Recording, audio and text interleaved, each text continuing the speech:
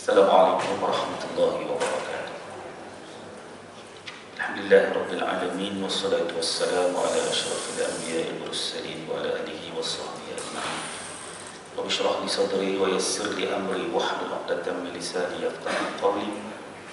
Subhanaka la 'ilma lana illa ma 'allamtana innaka antal 'alimul hakim. Wa la haula wa la quwwata illa billahil 'aliyyil 'azim. Allahumma yassir wa la tu'assir ya karim. Alhamdulillah, tuan-tuan dan puan-puan Allah sekalian, pada pagi ini kita menyambung perbincangan kita dalam kitab Iman dan Kehidupan, muka surat 95. Termasuk lagi dalam tajuk orang beriman bebas dari siksaan keraguan-raguan, nombor 30. Maka teranglah bahawa orang beriman itu dapat menjawab tanda tanya besar tentang kehidupan dan kematian. Apakah rahsia hidup dan mati? Dan apakah yang akan terjadi sesudah keduanya? Dia merasa tenteram kerana telah pun mengetahui dan meyakini bahawa dia diciptakan untuk kehidupan yang abadi.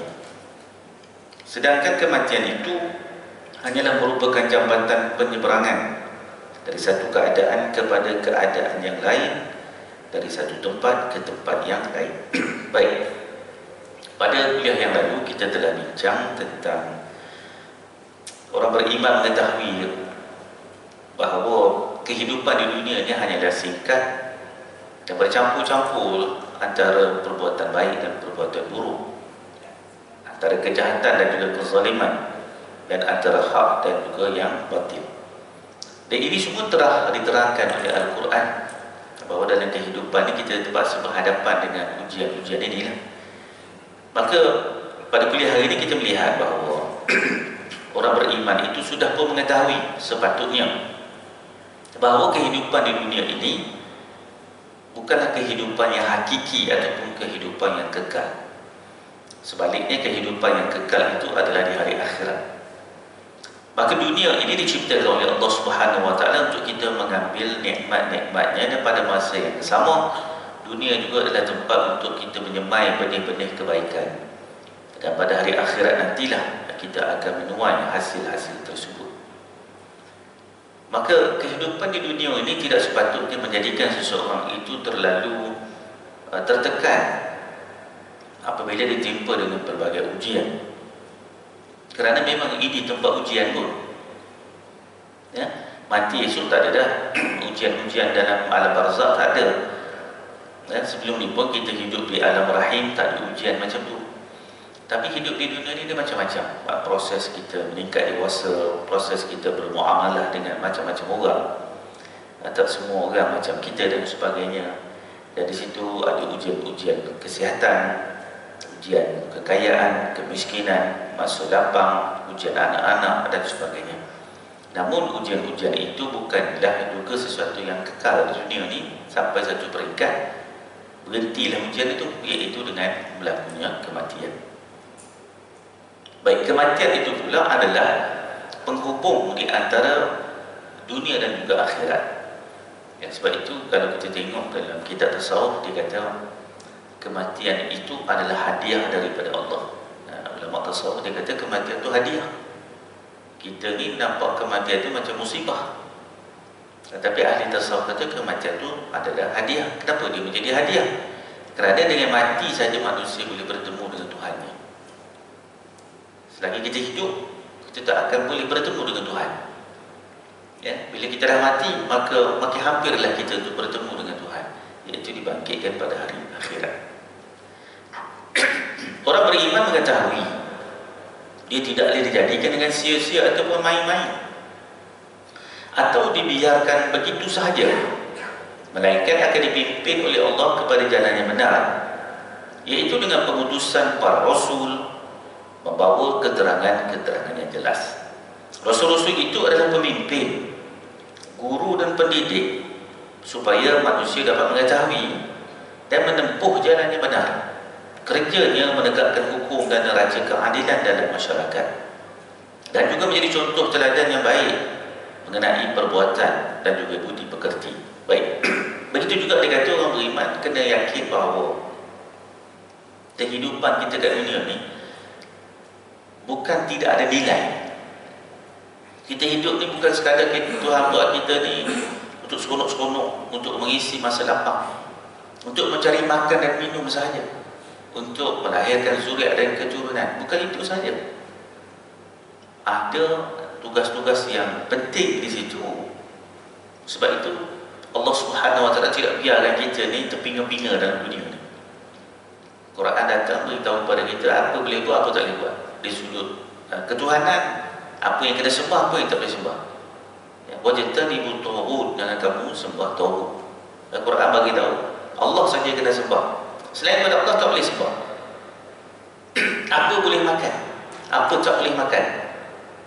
Quran datang beritahu yang ni boleh makan, yang halal, yang thayyibah boleh makan, yang haram jangan makan.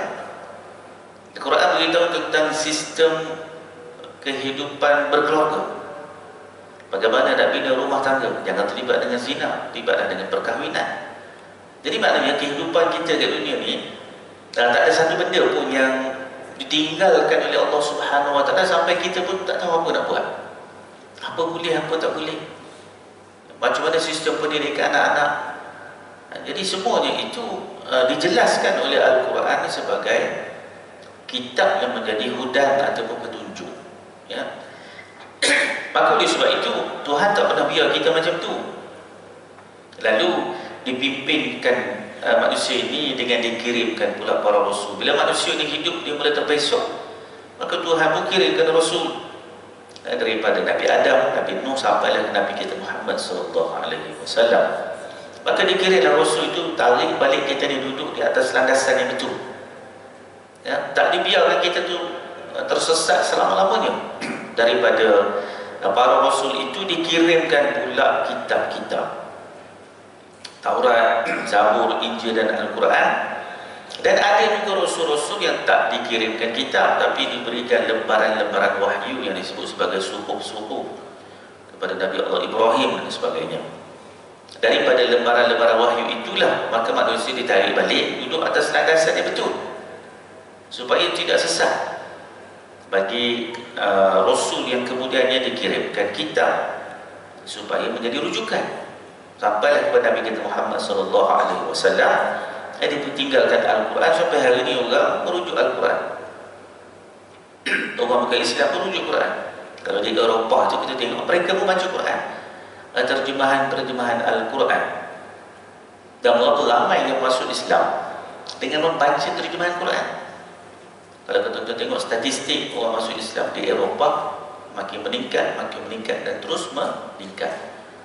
Walaupun ada Piala Dunia, tapi dia ambil ruang-ruang di situ untuk memperkenalkan Islam. Ya, Dr. Zakir Naik baru dia pergi ke sana. Dalam satu ucapan dia 500 orang masuk Islam.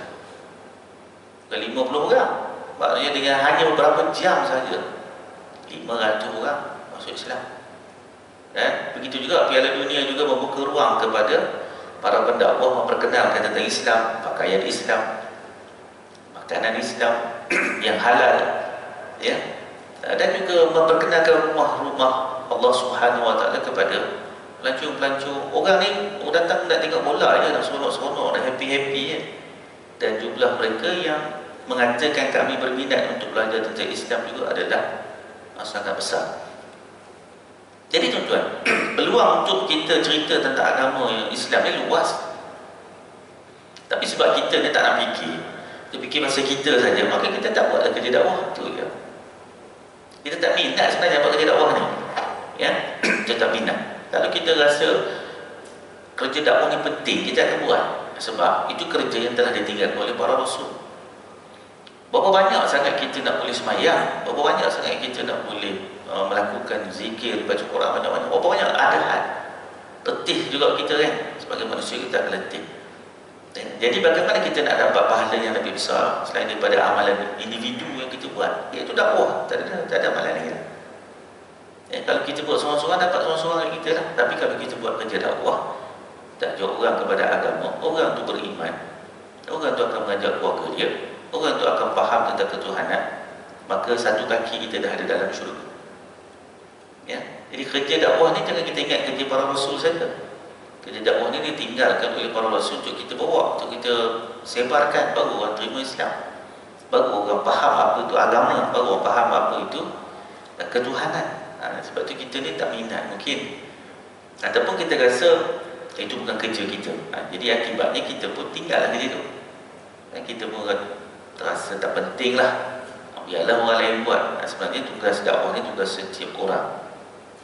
Baik, para rasul datang menjadi pemimpin, memimpin manusia untuk kenal siapa Tuhan. Sebab itu dakwah Nabi SAW 13 tahun di Kota Mekah diikuti oleh pelbagai peringkat ataupun golongan manusia. Ada yang kaya, ada yang sederhana, ada yang miskin, ada yang hamba, boleh ikut dakwah Nabi SAW. Tapi Nabi tak ada tawar apa-apa pun. Nabi tidak tawarkan kepada mereka unta, keldai, kibas dan sebagainya, harta, pedang, baju besi, emas dan juga perak, pangkat dan kedudukan. Nabi tak ada tawar. Ya, semua Nabi tak ada tawarkan. Orang kaya pun tak dapat, orang miskin pun tak dapat. Jadi Nabi tawarkan apa? Nabi tawarkan kehidupan yang lebih baik, iaitu di hari akhirat. Sebab itu dalam peristiwa penyiksaan terhadap keluarga Yasir, Ammar bin Yasir, isterinya Sumayyah, Yasir, isterinya Sumayyah, anaknya Ammar dan juga Abdullah, empat orang itu disiksa dengan begitu dahsyat. Nabi kata apa? Sabarlah wahai keluarga Yasir, sesungguhnya aku melihat Allah telah menyediakan syurga buat kamu. Itu yang Nabi tawarkan, bukan harta dunia, bukan pangkat, kedudukan, kemewahan. Jadi Nabi ini sebagai pemimpin. Pemimpin ni maksudnya kita kena ikut dia. Dan Allah Subhanahu Wa Taala pun suruh kita ikut dia.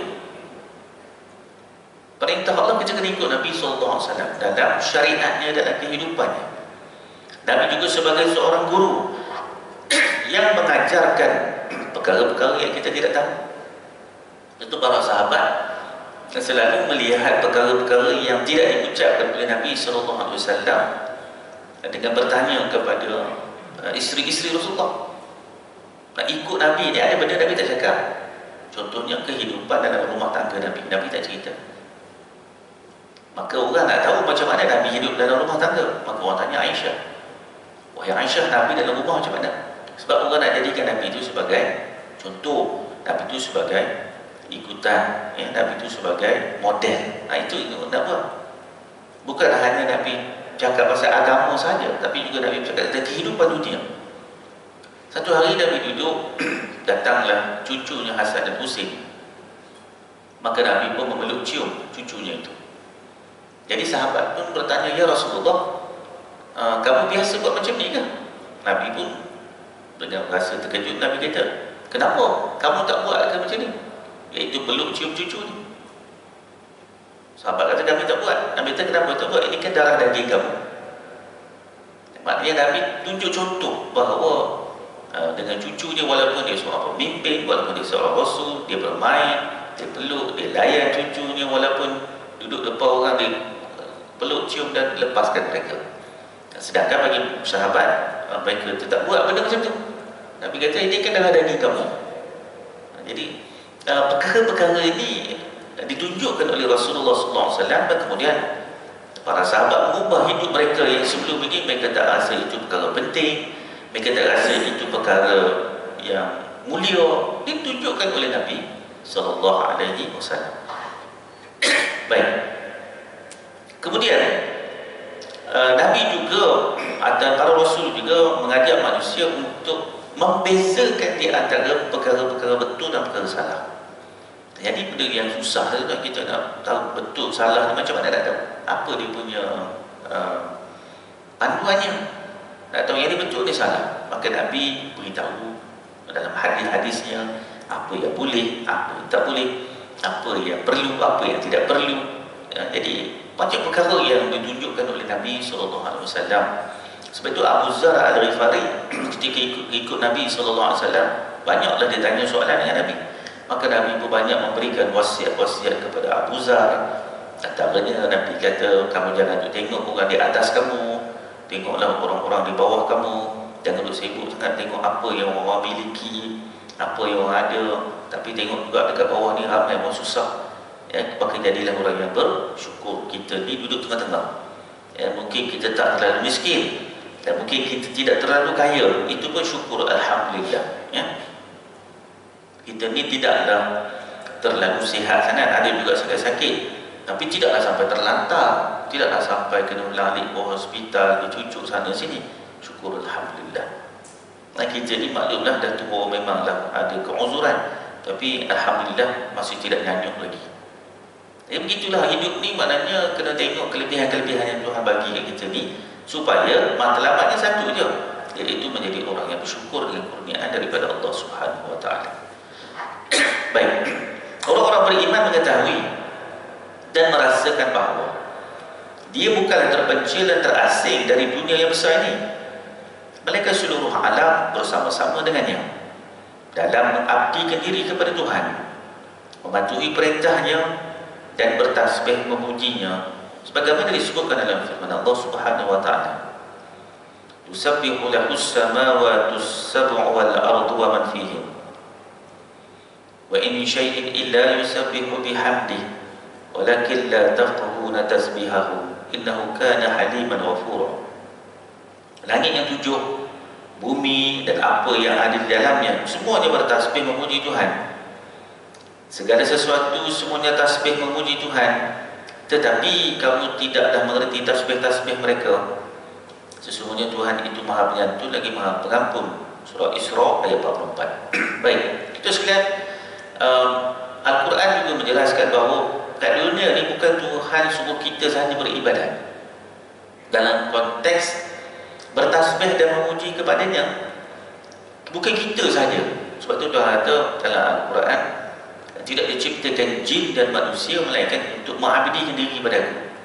Wa ma khalaqtul jinna wal insa illa liya'budun. Jadi kita jangan ingat Tuhan ni nak sesuatu daripada kita sahaja. Tak, sebenarnya ke alam ni jin pun kena beribadat juga, cara dia lah, syariat dia lah. Dan begitu juga dengan alam yang diciptakan oleh Allah Subhanahu Wa Taala ni, bukit bukau, gunung gadang, tumbuhan, semuanya mengabdikan diri pada Tuhan. Abdi di sini maksudnya taat, patuh kepada apa yang ditetapkan oleh Allah Subhanahu Wa Taala. Iaitu mereka juga bertasbih memuji-muji Allah Subhanahu Wa Taala. Antaranya disebut 7 lapisan langit yang kita tak boleh nampak dengan mata kasar kita, tetap bertasbih memuji Allah Subhanahu Wa Taala. 7 lapisan itu bukannya satu ruang yang kecil, Begitu juga bumi yang diciptakan oleh Allah Subhanahu Wa Taala itu 7 lapisan bersama juga bertasbih memuji-muji Allah. Dan Allah Ta'ala mengatakan bahawa walau bagaimanapun tasbih-tasbih mereka itu kamu tidak mengerti. Kenapa tak mengerti? Sebab saya suka bagi dua sebab lah. Yang pertama, kita tidak faham bahasa dia. Mana kita faham bahasa burung bertasbih, mana kita faham bahasa ombak yang memukul ke pantai, kita tak faham bahasa dia, sedangkan semua itu bertasbih memuji Allah. Yang kedua, kita tidak mendengar kerana frekuensi kita tak mampu untuk mendengar. Semua yang kecil itu pun bertasbih, tapi kita mana dengar, sebab kita dengar 20 Hz sampai 20 kHz sahaja. Bawah 20 Hz kita tak akan boleh mendengar. Tapi itu bukan bermakna yang kita tak dengar tu mereka tidak bertasbih memuji Tuhan. Sebab itu Allah Ta'ala mengatakan, sesungguhnya kamu tidak mendengar tasbih-tasbih mereka itu, kamu tidak mengerti tasbih-tasbih mereka itu. Apakah yang berlaku apabila manusia ini atau makhluk-makhluk Allah Subhanahu Wa Taala bertasbih memuji Allah Subhanahu Wa Taala? Maka Allah Ta'ala mengatakan, innahu kana haliman ghafura. Tasbih-tasbih ini menyebabkan Allah Ta'ala menyantuni manusia dan hamba-hambanya. Dan begitu dah tasbih-tasbih yang diucapkan menyebabkan seseorang itu mendapat keampunan daripada Allah Subhanahu Wa Taala. Bukan hanya dapat pahala, tasbih-tasbih juga membuka ruang untuk mendapat keampunan Allah Subhanahu Wa Taala. Jadi kita jangan ingat tasbih itu dapat pahala saja, istighfar itu dapat pahala saja, zikir itu dapat pahala saja, bukan. Tetapi juga mendapat kasih sayang Allah dan juga mendapat pintu-pintu dibuka keampunan Allah Subhanahu wa taala. Baik. Orang yang tidak beriman sentiasa diselimuti kegelapan batin, hairan dan ragu-ragu. Pandangan kebuka sangatlah gelap, mencemaskan dan menakutkan. Berpindah-pindah dari satu kegelisahan kepada kegelisahan yang lain.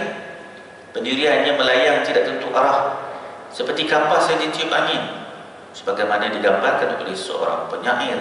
Bagai bulu kapas terbang menurut hembusan angin, sentiasa berpindah-pindah dari satu kegelisahan kepada kegelisahan yang lain.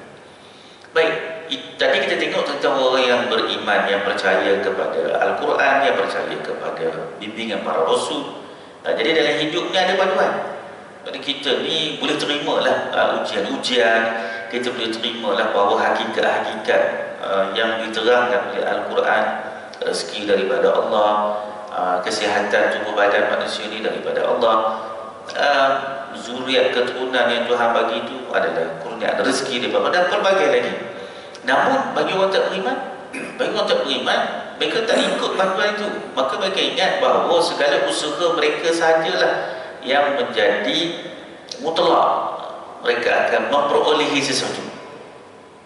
Orang yang tak beriman, dia kata usaha keras dia saja yang menyebabkan dia memiliki sesuatu, tanpa ada satu lagi aspek, iaitu kebergantungan kepada Tuhan. Dan kalau dia tak dapat, maka dia akan jadi tekanan.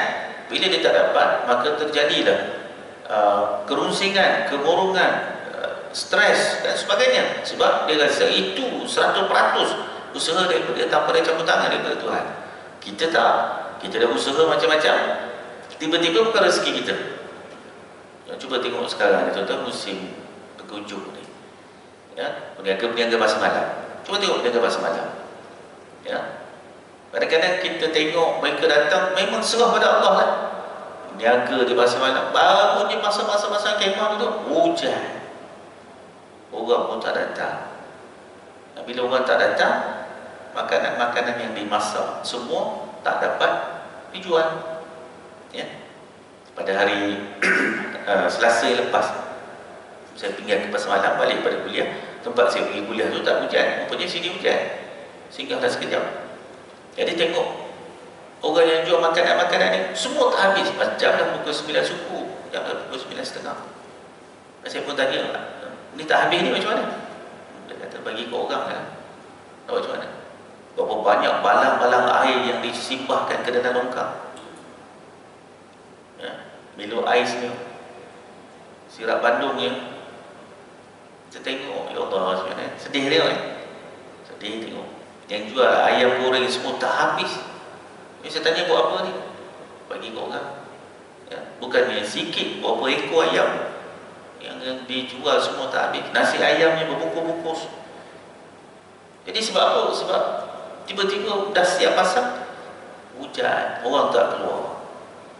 Tapi kita ni orang Islam, kita yakin bahawa rezeki itu daripada Allah. Macam mana? Kita mungkin tak rasa lah, sebab kita kerja makan gaji. Sebab itu orang yang bekerja macam tu, kebergantungan dia kepada Tuhan lebih kuat. Kita ni kalau orang jadi kerja makan gaji, tunggu bila Perdana Menteri nak umum cuti ya. Bila cuti, ya. Menang bola cuti, menang badminton cuti. Sebab kita seronok. Tapi orang yang macam tu, yang memang terpaksa 100% menyerahkan pada Allah, siapakah yang lebih kuat tawakalnya? Siapa lebih kuat? Mereka lebih kuat tawakal, ya. Kecuali orang jual barang kering, tak apa dah, yang tak basi, tak rosak. Tapi kita dijual macam tu, macam mana? Sebenarnya kadang kita rasa kita kuat, hebat dah, kita tak kuat. Sebab kita makan gaji, mana ada kuat. Yang kerja sendiri tu tahu susah macam mananya, macam-macam.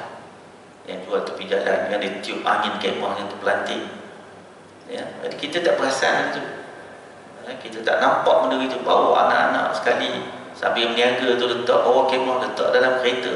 Kita tak lalui benda tu. Kita anak kita main handphone ke rumah, anak-anak dia duduk tertidur di dalam kereta dan sebagainya, yang penat dan sebagainya. Sambil berniaga, kena tengok anak juga. Kita tak lalui benda tu. Maka kita mungkin tak dapat memahami bagaimana kebergantungan orang-orang yang macam tu dalam Perniagaan yang macam tu kepada Allah Subhanahu Wa Taala. Kita rasa kita kuat, sebenarnya kita tak kuat. Kalau dapat makan gaji ni kita tak kuat. Ya, kita boleh MC, kita boleh cuti, kita boleh emergency leave. Tapi orang yang cari makan sendiri-sendiri macam mana tu? Tak cari, tak ada. Ya, jadi sebab itu tuan-tuan, kita ni rasa kita macam hebat, tak hebat sebab kita belum diuji oleh Allah Subhanahu Wa Taala. Bagi orang yang tak ada iman lagi ada masalah, dia nak minta tolongan siapa? Sebab tu bila dia diuji dengan musibah-musibah macam tu, dia takut. Nak ada anak ramai pun dia takut. Anak ramai takut. Kawan saya seorang Cina, baru ni lama saya tak jumpa dia, tanya dia, anak ada berapa orang? Kata anak saya seorang tu. Kenapa seorang? Oh, susah dia kata. Sekarang ni ekonomi tak bagus dia kata. Nasib baik anak saya seorang. Jadi bisnes pun tak bagus dia kata. Jadi anak belajar, anak kena bayar duit apa semua. Nanti esok dah hantar anak pergi overseas, nak simpan duit lagi. Cukuplah satu orang. Saya saja sebab saya baik dengan dia. Jadi saya cakap dengan dia lah. Saya kata, kalau anak tu mati macam mana? Tinggal buat berdua balik. Bagi sini nak beranak tak boleh lah. Oh, dia pun tersentak. Sampai saya kawan baik, saya boleh cakap dengan dia. Patutkan ada ramai yang risau Allah bagi rezeki dia. Tapi sebab dia tak beriman, jadi ketakutan tu ada. Itu pun dia dah pening kepala. Dia sewa kedai nak bayar. Biasanya kau yang Cina dia pun nak berniaga. Sewa kedai 4,000, 5,000. Bukannya murah. Satu shop pula tu 4-5,000 sewa saja. Bisnes belum ada lagi. Tapi mereka hidup macam tu. Niaga macam tu. Maka mereka pun takut ada anak ramai. Takut nanti perbelanjaan. Kita tak. Sebab kita yakin rezeki daripada Allah. Tugas kita usaha je. Cuma kita ni pula usaha tu kurang. Yakin, terlalu yakin sampai usaha pun tak pernah usaha. Itu masalah kita tu lah. Ya, tak apa, nanti Allah bagi rezeki. Tak apa, nanti Allah bagi rezeki. Tapi usaha tak berapa kuat. Kita dah tahu anak ramai, kena usaha lebih sikit. Ya, dengan usaha lebih sikit tu Tuhan akan bagi rezeki. Kita ni terbalik lah. Kita terbalik. Baik, bagi orang tak beriman, maka mereka risau menghadapi hari-hari mendatang. Akan datang macam mana, akan datang macam mana. Ya. Risau macam mana. Banyak yang merisaukan dalam kehidupannya. Jiwa pun tak tenang. Maka dikatakan dari satu hal ke satu hal. Daripada asalnya dulu, nak kahwin nak kena kumpul duit banyak. Kalau Cina kahwin habis duit banyak. Banyak duit habis. Esok ada anak duit lagi. Betul, esok nak mati lagi banyak duit. Nak beli kubur, kita sedang masuk khairat kematian, selesai. Ya, selesai semua. Tapi kawan-kawan kita yang bahasa Tionghoa nak mati puluh-puluh ribu nak beli kubur. Itu kubur saja. Yang kubur saja, belum benda-benda lain ni, upacara tu, bayar ni, bayar tu. Jadi sampai nak mati itu susah hati lagi. Susah hati lagi. Daripada start hidup sampai nak mati susah hati. Sebab banyak sangat masalah. Kita tak, kita ni telah diajar oleh Allah Subhanahu Wa Taala dalam Quran bahawa kita ni memang akan mati. Dan berpada-pada. Dan sebab tu mereka tengok orang Islam dalam proses menguruskan kematian mereka tu, cepat ya, senang ya. Malam tadi mati, tengah hari ni dah boleh ke bumi dah. Tak ada apa pun, hanya beberapa helai kain masuk dalam liang itu. Mereka tak boleh. Ada pakaian-pakaian yang perlu ditempah. Kalau nak kena simpan lama, nak kena awet pula, nak kena bayar lagi. Ya, nak kena bayar lagi. Lepas tu kena panggil pula kumpulan-kumpulan yang datang untuk menangis. Dibayar untuk menangis je. Bayar. Saya duduk di kampung, duduk di kawasan campur dengan Cina apa semua kan. Ada datang baju tak kerja, dia menangis je. Tapi tak keluar mata pun, bohong kan. Tapi memang itu kerja dia. Ya. Sambil menangis tu boleh makan gula-gula. Dia penat dia menangis. Kemudian ada lagi upacara ni, upacara bayar dengan sami dan sebagainya, macam-macam lah. Ya. Jadi kita ni senang. Malam nanti pagi ni ke bumi. Itu dah selesai, habis. Dia kata senang orang Islam. Senang. Nanti dah mati nak buat apa lagi? Masa tu baru ni. India pun sama juga, susah juga. Macam-macam juga. Bayar tu, bayar ni. tapi dia taklah semahal kalau orang bangsa Tionghoa mati ya. Maka kegelisahan dalam hidupnya itu sentiasa tak pernah berhenti. Betul dia kata berpindah daripada satu keadaan kepada satu keadaan seperti kapas yang ditiup oleh angin. Baik.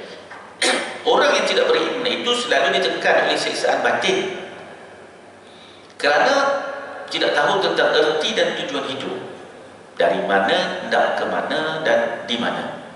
Hal itu digambarkan oleh seorang penyair, panjanglah dalam qasidah dia. Tak apalah, kita tak payah baca dalam qasidah itu. Yang disebut di sini bahawa orang tak beriman ini dia tak tahu asal-usul dia, asal-usul dia. Sebab tu Quran datang beritahu kita ni asal-usul. Kita ni datang daripada mana? Ingat balik, kita datang daripada mana? Kita ni datang daripada saripati air mani yang hina. Kita lah datuk kita Adam, lainlah datuk kita diciptakan daripada minturah, daripada tanah. Kita tu datang daripada mana kita tu? Kita ni cecair ya. Semua sama. Semua datang daripada benih yang bercampur. Jadi apa yang mulia sangat kita ni? Apa yang rasa kita ni hebat sangat? Kerana kita ada pangkat, kerana kita ada kedudukan, kerana kita ada gelar. Tak ada, sama. Kita ni tak ada mulia apa-apa, sama je. Tapi yang nak sombong tu pasal apa? Yang rasa diri tu macam bagus sangat tu kenapa? Tak ada. Kita ni ingat asal-usul kita. Kemudian kita nak pergi mana? Semua mati. Yang berpangkat ke, yang berjawatan ke, yang berpelajaran tinggi ke, semua mati. Dan semua masuk dalam tanah. Tak ada special apa pun, tak ada keistimewaan apa pun, semua masuk dalam tanah. Jadi ingat balik, kita ni datang daripada mana, kita nak pergi ke mana. Ya? Yang penting ni datang dan pergi tu di tengah-tengah tu, bagaimana kita mengisi kehidupan. Itu je lah nak fikir. Apa nak isi?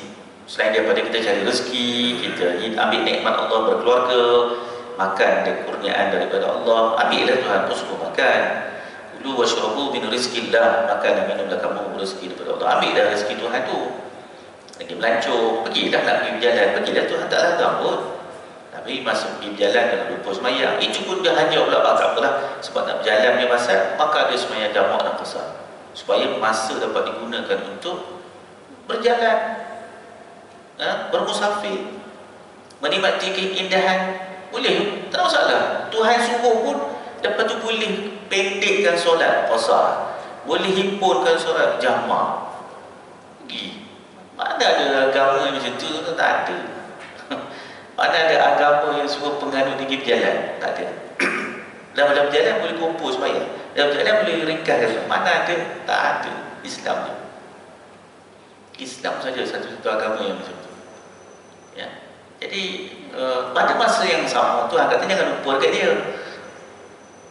Jangan lupa tanggungjawab kita, bahawa kita ni kena bawa bekalan awak ni. Bekalan tu kita punya. Apa dia? Kita nak bawa balik amal-amal yang soleh. Dan dalam hidup ni pasti kita akan bermuamalah dengan orang, tak dapat lari. Kita tak akan dapat lari. Dan bila kita bermuamalah dengan orang, maka Tuhan suruh kita berakhlak dengan akhlak yang mulia. Ya, dalam surah Al-Hujurat, surah 49 ayat yang ke-12, Tuhan cerita bagaimana kita nak bermuamalah dengan orang. Ya. Dalam ayat itu dia kata jangan kamu ada sangkaan-sangkaan buruk kepada saudara kamu. Ya, dalam surah Hujurat begitu, jangan ada sangkaan, belum cakap lagi. Sangkaan baru datang dalam kita punya fikiran. Jangan ada zon. Kita pun mula menyangka orang ni macam ni. Jangan. Tuhan kata jangan, wahai orang-orang beriman. Ya, jangan kamu punya sangkaan-sangkaan terhadap saudara-saudara kamu. Sebahagian daripada sangkaan itu dosa. Belum cakap, belum luahkan lagi, belum ditulis dengan tangan kita lagi. Itu pun Tuhan kata sebahagiannya dosa. Kemudian Tuhan kata apa? Jangan kamu buka, cari kesalahan-kesalahan orang. Sibuk nak cari salah orang. Tuhan kata jangan. Dosa, cari salah orang. Malam tadi telah diumumkan siapa kabinet. Hari ini kita nak tulis cari salah orang ni. Penuh lah dekat wall kita, wall ni. Ya, macam lagi itu tu bagus sangat. Ya. Bagi jatuh kuasa surau pun tak jawatan. Komplain pasal jawatan perdana ni kabinet. Kita cakap kita dah cakap orang. Ya. Baru 2 tahun pun cari tak jawatan. Waktu nak kempen, nak komen, sok-sok kita pun tak tahu. Bukan bidang kita kan. Memanglah dalam hati kita ada lah, tak puas hati, itu biasa kan. Mana ada dalam dunia ni kita puas hati semua? Tak ada. Tapi Tuhan kata jangan kamu mencari kesalahan-kesalahan orang. Korek habis kat belakang-belakang, korek, cari-cari video-video lama semua keluar. Apa urusan? Apa hubungan kita dengan dia tu? Time buat sana sini dah bencin-bencin dah tua-tua cari dosa tu pasal apa? Cari kesalahan, cari. Orang tu dah minta maaf, orang tu mungkin dah selesai dosa dia. Orang tu mungkin dah, kita pergi jadi bongkar sana, bongkar sini. Sama media sosial ni, dari jemari laju. Kemudian yang ketiga, Tuhan kata jangan kamu buka aib saudara kamu. Benda yang aib tu jangan dibuka, tutup. Rahsia-rahsia orang, benda-benda orang tak suka, jangan kita buka. Yang keempat, Tuhan kata jangan kamu mengumpat. Kerana mengumpat itu Tuhan umpamakan, sanggupkah kamu makan daging saudara kamu yang telah mati? Sanggupkah kita dimakan mayat? Siapa dia? Saudara kita sendiri yang telah mati. Sanggup? Tak sanggup. Jijik. Tuhan bagi kita dosa mengumpat itu macam tu lah, kejinya, buruknya. Ya. Jadi tuan-tuan, dalam surah Al-Hujurat tu ada 4 perkara Tuhan sebut. Bila kita bermuamalah dengan orang ni, jaga jangan ada zon, sangkaan sangat buruk. Kita tak tahu di situ ada benda-benda lain, kita tak tahu. Dan sebenarnya Tuhan nak bagi tahu kita, tak payah kamu tahu pun. Yang otak kita tu pergi fikir benda tu siapa suruh. Tak, kamu tak perlu tahu pun. Dan Tuhan kata jangan kamu cari salah. Cari salah mesti jumpa je. Sebab memang kita cari salah, cuba cari kebaikan. Jadi kita ni kalau suka cari salah, maka Tuhan tak suka kita. Dan Tuhan berkata menjadi sebahagian daripada dosa. Cari salah orang. Semua tak kena. Manusia mana pernah terlepas daripada melakukan salah dan silap? Takkan terlepas. Tapi hak salah tu kita pergi cari. Pergi cari. Dan kita akan jumpa. Pasti kita akan jumpa. Dan lepas kita jumpa, kita buat apa?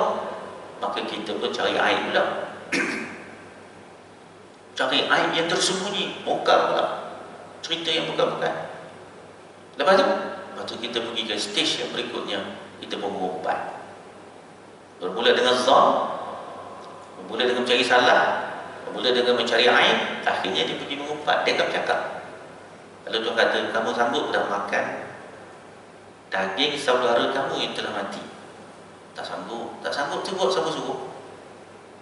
Ini zaman media sosial kan, saya kadang-kadang tengok risau. Kat Facebook saya ramai dah saya unfriend. Sebab apa? Tak ada benda lain nak tulis. Semua salah orang. Semua tak betul, ini tak betul. Awak pun bukannya pandai sangat pun. Ya. Awak pun kerja makan gaji je, buat bisnes pun tak pernah pandai pun. Nak komplain macam mana cara nak memperkukuhkan ekonomi. Seimbang. Awak pun makan gaji sampai bencin. Berpada-padalah. Berpada-padalah. Kita tak sedar kan? Kita tak sedar benda-benda macam tu. Ya? Lalu kita pelontar bahasa-bahasa yang keji, bahasa-bahasa yang buruk. Tapi datang sembahyang, datang kuliah, baca Quran, puasa sunat, sedekah jariah. Kita tak lupa hadis yang Nabi sebut, orang yang bankrupt di akhirat tu orang yang macam tu. Ayat tu kita tengok dengan hadis yang Nabi sebut. Tahukah kamu siapa yang bankrupt di akhirat? Dan itu orang yang sembahyang, orang yang berpuasa, orang yang memberi sedekah, orang yang membayar zakat, tapi di hari akhirat dia jadi orang yang bankrupt. Kenapa? Sebab dia ada perangai dalam yang disebut dalam surah Al-Hujurat ayat yang ke-12 surah ke-49 tu. Hati-hati. Bukan dia tak sembahyang, bukan dia tak puasa, sah tanpa kena duduk. Ya, tahajud malam. Tapi mulut tak jaga. Jaga-jaga. Esok ke akhirat bangun kosong. Kenapa? Kerana dia melibatkan dosa dengan manusia. Ya, dalam surah Al-Hujurat ayat 12 tu dosa dengan manusia semua tu. Semua dosa manusia. Zon, cari salah orang, buka aib orang, mengumpat. Yang Tuhan kata, Tuhan tak campur hal tu. Susah tu kan? Susah lah zaman media sosial ni kita dapat banyak maklumat. Pada masa sama kita juga ada banyak dosa kita buat. Banyak dosa. Sebar sana, sebar sini. Ya, tulis tu tulis ni. Sudah lah, cukup lah. Ya, biarlah, kita dah selesai. Tugas kita sebagai pengundi dah selesai. Kat atas tu letak dia. Kita kali buat apa pun. Malam tadi Japang suku dia tunggu depan TV. Nama dia tak ada pun. Kok lah dia tunggu tu nama dia timbul, tak ada nama dia pun. Tapi dia lah tunggu, bukan main lagi. Tak pergi semain Isyak. Kenapa? 8 suku ni. Apa yang kadang-kadang tak ada? Kita tak ada buat apa. Kita dah selesai dah ini. Kita lagi mundi dah habis dah. Lepas tu pandai-pandai dah korang, kita kena buat apa? Nak mundi pula, tunggu 5 tahun lagi. Esok katalah yang ada ni tak sempat 5 tahun jatuh pula. Kita kena buat apa pun? Kena buat apa pun tak? Kita rakyat biasa ni macam tu lah. Yang jadi dia bergaduh. Bergaduh. Tak tahu siapa, adik-beradik dan sebagainya, semua mesti bergaduh. Saya duduk pergi kuliah ni pun, baru orang tu datang balik. Kenapa? Hari tu perang. Kawan ni parti ni, kawan ni parti ni, bergaduh sana, bergaduh sini, masa muka. Padahal kita tak ada apa pun, kita macam tu lah. Nah, kena bawa kereta, kena isi minyak sendiri. Pamit tender pun tak ada dah nak isi tu kita. Parking pun kena bayar. Kita macam tu juga, sama je. Kita dah selesai tugas kita. Kita patutnya mempertautkan silaturahim. Cukup-cukuplah kan. Sebab itu jangan jadi seperti orang tak beriman. Yang disebut di sini orang tak beriman tu tak tahu tujuan hidup. Kita ni tahu tujuan hidup kan? Tahu. Jadi jangan jadi macam orang tak beriman. Kita tahu kan lepas ni kita nak pergi ke mana kan? Semua tahu lepas ni mati. Duduk di alam barzakh. Tahu kan? Dah tu pandai-pandai lah macam mana nak buat persiapan untuk hidup di alam barzakh itu. Dan janganlah kita lupa pula itu. Baik, akhir. Keharanan, kebingungan, kegelapan batin. Tengok nombor 36. Dan keluh kesah tidak dapat dihindarkan daripada orang-orang yang tidak beriman. Mereka tidak memperoleh ketenangan jiwa dan ketenteraman batin. Tidurnya tidak lena, bangunnya tidak selesa, siangnya gelisah, malamnya berkeluh kesah. Firman Allah Subhanahu wa taala yang disebut di dalam surah Taha ayat 124 hingga 126. Dan barang siapa yang membelakangi dari mengingati aku, yakni Allah, sudah tentu akan memperoleh kehidupan yang sulit, yakni sempit. Kami akan mengumpulkan mereka nanti di hari kiamat jadi orang buta. Dia berkata, wahai Tuhanku, mengapakah engkau kumpulkan menjadi orang-orang buta, padahal dahulunya aku seorang yang dapat melihat? Tuhan menjawab, begitulah semestinya. Keterangan-keterangan kami telah datang kepada kamu, tetapi kamu lupakan, yakni tidak memperdulikan. Dan begitulah pada hari ini kami lupakan, yakni tidak dipedulikan beliau. Tentu sekali orang yang disebut di sini orang yang telah didatangkan kepada mereka Rasul, telah diberikan petunjuk, hidayah dan sebagainya, lalu mereka tak nak ikut, maka hidup mereka itu akan menjadi sulit, akan jadi susah, akan menjadi takut. Maka nanti pada hari kiamat mereka dulu kat dunia ni melihat hari akan dikumpul dalam keadaan buta. Lalu orang ni bertanya, wahai Tuhan, kenapa kami dijadikan buta? Masa itu dia panggil Allah sebagai Tuhan. Masa kat dunia dia tak panggil Allah sebagai Tuhan. Maka dia kata, qala rabbi, wahai Tuhanku. Baru nak panggil Tuhan. Dulu kat dunia suruh panggil Tuhan, tak nak panggil. Lima hasyartani a'ma wa qad kuntu basira. Ya, baru dia nak tanya Tuhan. Dulu dia tak sebut pun nama Tuhan. Kenapakah kami hari ini, kenapakah aku hari ini menjadi orang buta, padahal aku boleh melihat? Lalu Tuhan kata, qala kadzalika atataka ayatuna fanasitaha wa kadzalika yawmun tunsa. Maka Tuhan kata, memang patut pun lah kamu tu dijadikan begitu, sebab dulu kamu sendiri yang membutakan mata kamu, tidak mau memikir tentang keterangan-keterangan telah datang melalui para rasul. Orang ajar melupakan, orang terang kau tak ambil tahu, tak peduli kan? Maka hari ini kamulah menjadi golongan yang dilupakan. Maksudnya Tuhan ignore, tak nak dengar, tak nak layan mereka itu, dan akhirnya diumpan ke dalam api neraka. Siapa golongan ini? Jadi golongan-golongan yang kufur pada Allah Subhanahu Wa Taala. Walaupun ayat ni sebut tentang golongan yang tak beriman, tapi kita pun ambil pengajaran juga.